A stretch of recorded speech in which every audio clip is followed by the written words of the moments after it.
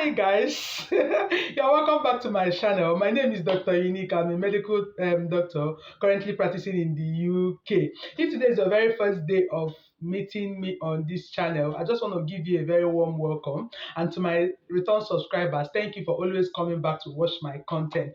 Okay, so today we are going to be handling a topic I called things that the British people consider very rude in the UK. See, guys, this video is so important, especially for medical doctors and even students. If you are planning to relocate abroad, or you are planning to come into the UK, or you are planning you just got a job in the UK, or you are in the UK and you're having some freaks in your relationship, this may be the reason. See, some of these things you will not know because where we are coming back from Africa, especially my home country, Nigeria, some of these things are not applicable. So if today is the very first day of coming across this channel and this content is what you want to watch, stick to this video to the end and remember to click on the subscribe button, activate the notification bell so you can always get my video, and remember to like and share this video. All right, so what are those things that the British people consider extremely rude and the things they consider like awkward and it affects your relationship with them? Number one is being loud. See, guys, I don't know how to emphasize on this point. Naturally now, like as I'm talking, I don't have a microphone, but you could really notice that my voice is quite loud, even in this video.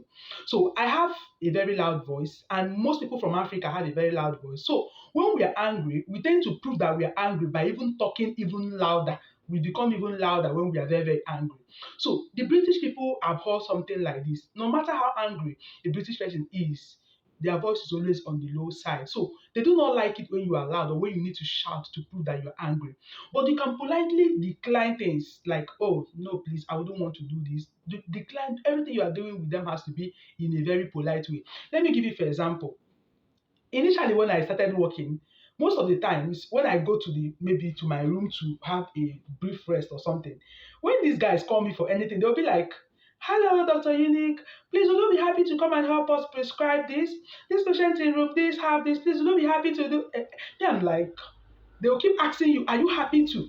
This is your job. This is my job they are calling me to do. But they are literally begging you, please, please, thank you, and all that. So that's why I said in my previous video that the British culture is extremely polite. So this memory will always disgrace me. The British culture is extremely polite. So you really have to know this and you have to actually play in that role so you can have happiness with them. Now the next thing is, just like I said, I've talked about being thank you, saying thank you, being loud, saying please and thank you. In everything you are saying, try and say please and thank you. Now the next thing is that when I came into this hospital, I started shouting. I'm usually the easygoing type, so it's helped my relationship with them a whole lot. So one of them were telling me, "Oh, I love the way you behave. You take tea from us, I'm just, he said that you are just unique, like the way your name sound. I'm like, well, is there anything particularly I'm doing? She said, no. There's one of the doctor that came over here that whenever they offer him tea, he doesn't take. So their offense, they were counting for my colleague, one of my colleagues that left, is that when they offer him tea, he doesn't take. He rejects their tea and all that, reject their chocolate. See, here, if they offer you something, a tea, a chocolate, take and say thank you. Sometimes I don't even want to drink that tea. I'll just sit there and say, oh, you make the best tea in the whole wide world. And they feel so elated, they feel so happy. These guys are just, they just believe in this love and they just believe this is their culture. So if you keep rejecting it, they make you feel that you are rude or something. It may not really be, but my dear, please, you've come to the room, learn to behave like the Romanians. So you shouldn't reject tea, chocolate, accept and say thank you. Now the next thing is, let's assume you come to a place or you enter a lift. Do not stand in the middle of the lift, shift to the end and create room for other people to join. And also if maybe you want to enter a train, try to enter that train, and if you see empty seat, sit in the empty seat. British people love their space. They love their space. They love their quietness. That is why if you're a mother and you're coming with children, this thing we used to do in Nigeria, we don't mind neighborhood. We make noise and all that. They can easily call police and interpret it for anything and say that you are disturbing and all that. So here is a different life. People love their quietness. People love their privacy. People just want to be on their own. And if you see in a bus or in a train that there are empty seats, go and sit in the empty seat. If there is none, please, will you be happy I join you? Just learn to be extremely polite. It's a zero aggressive. And the next one is whenever someone is, I noticed that usually happens here is that when I'm behind somebody and the person is aware that I'm actually following the person.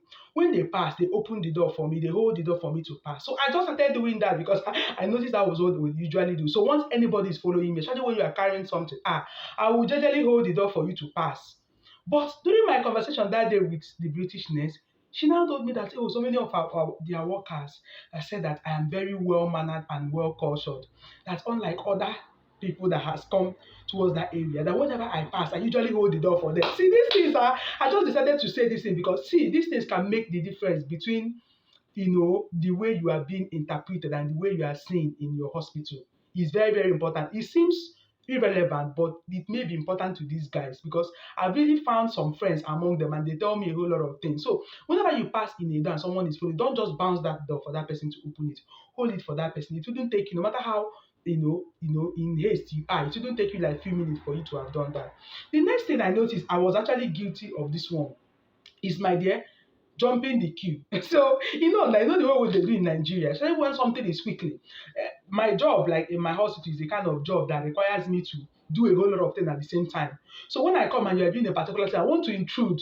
So you can just quickly attend to me. Let me go and run and attend to another patient down there. So I noticed that these things are quite. The lady told me that one of the things also that make people to, some things that seems irrelevant but are very, very important in their culture is that you don't jump queue. See, whenever you come, say, is there any other person that is here before me? And when someone is talking to somebody, you have to wait. Don't just interrupt and feel that you are superior. You just do these things like innocently. But these guys interpret it that you are being rude and you are like doing as if there is nobody like you. They just misinterpret it and you begin to find some fringes with them. You wouldn't know that they consider these things very rude. So do not jump the queue. Do not jump the queue. We Nigerians are very good with jumping queue. You do not jump the queue, whether you're in the marketplace and even in the hospital, you come in a place and someone is talking to somebody, you just have to wait. That is the British culture. See, I want you to know something. Learning some of these little things can be the difference between you being in an environment that you are happy and in a place that you are not happy. The British culture is a different thing altogether. And the highest thing they hold against people at work is that they will say that you are too loud, you are very insultive.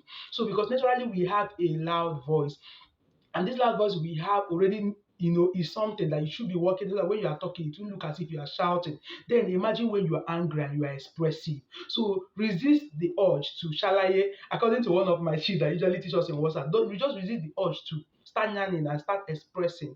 You could calm down. And that's why sometimes the pressure of work usually build up for me. And the way I cope is sometimes I just go to the toilet, take a deep breath. I take a deep breath. And if I'm happen to be angry and I want to talk to somebody about something that that person has done that is not good, I just go to the toilet and take a deep breath, relax, and then what do I do? Before I go back, by then my mind, my temper has really calmed down. Then I can talk politely. Then I feel that it's not okay for this to happen and that to happen. If I'm angry, I don't go. Don't go and don't confront. They don't like being confrontational at all. Do not confront anybody for anything. You can calm down, see, and you will get everything. Do you know that some of the things I've raised concerns in my hospital, I see them very, very being very conscious of, we're going to call the consultant to talk about this because you said this, and you have to say them in a very polite way. So what I intend to achieve with my YouTube channel is to make life journey easier for you. If you're an intending doctor intending to come and practice in the UK is a very wonderful place.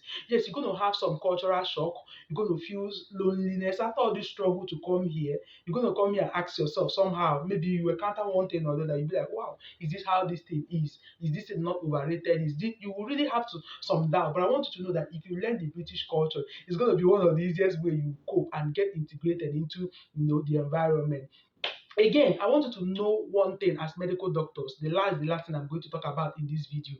There's a way the British people behave. When they talk to you, when if you have an odor, maybe you haven't bathed well. Some of our guys can sweat. We're in summer, and most people sweat all the time. If a British person wants to tell you that he can't tell you are smelling. Number one, they have very high respect for doctors. That's number one. So they can't even tell you that you smell. They'll be like, is your bait, is your tub working? is the shower working? They'll just keep asking you indirect questions. If you look so much tired, like me that do 1 week on, 1 week off, and I didn't rest on my off week, and I come and looking tired, they'll be like, so how was your off week? Was it fine? Was it anything happened? Were you stressed? They will indirectly ask you questions. My memory is always forming. I hope you let us finish.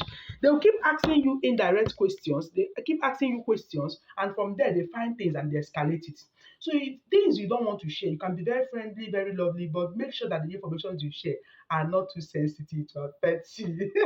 So I'm going to end this video because the video is already getting very long. Today is the very first day of coming to this channel. Remember to do what? Subscribe on my channel, click on the notification bell so that you can what? Always get the video. Thank you very much. Bye bye.